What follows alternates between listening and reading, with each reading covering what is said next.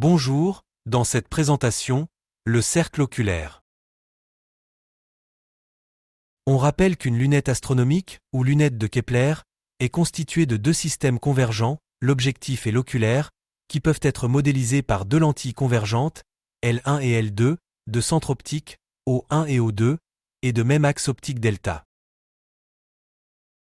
Dans le cas d'une lunette afocale, le foyer image f'1 de l'objectif L1 est confondu avec le foyer objet f2 de l'oculaire L2. Une lunette astronomique permet d'obtenir des images grossies des objets célestes lointains, mais permet également de les observer avec plus de luminosité. Le diamètre de l'objectif, DOB, d'une lunette astronomique est bien plus grand que celui de la pupille de l'œil. Il permet donc de collecter davantage de lumière issue de l'objet que ne le ferait l'œil s'il observait l'objet directement. Voyons à quel endroit doit se placer l'œil, après l'oculaire, afin qu'il perçoive le maximum de lumière collectée par l'objectif. Prenons un objet AB, situé à l'infini, avec A, dans la direction de l'axe optique. On représente le faisceau, issu de A, et traversant la lunette. Puis le faisceau, issu de B. Afin que l'œil observe une image la plus complète et la plus lumineuse possible, il doit se placer à l'endroit où les faisceaux émergents se superposent parfaitement. Le cercle formé par le bord de ces faisceaux est appelé le cercle oculaire, qui est l'image de la monture de l'objectif par l'oculaire. Le cercle oculaire s'obtient graphiquement en traçant les rayons issus du bord de l'objectif, passant par O2, qui ne sont pas déviés, et les rayons qui passent par F2, qui émergent de l'oculaire parallèlement à l'axe optique. Déterminons la position du centre C du cercle oculaire. L'axe optique delta est orienté dans le sens de propagation de la lumière. La relation de conjugaison de Descartes, avec origine au centre optique, O2, de l'oculaire, s'écrit 1 sur valeur algébrique de O2C, moins 1 sur valeur algébrique de O2O1, égale 1 sur valeur algébrique de O2F'2. La valeur algébrique de O2C est isolée dans cette équation afin d'obtenir son expression. La valeur algébrique de O2F'2 est égale à la distance focale F'2 de l'oculaire.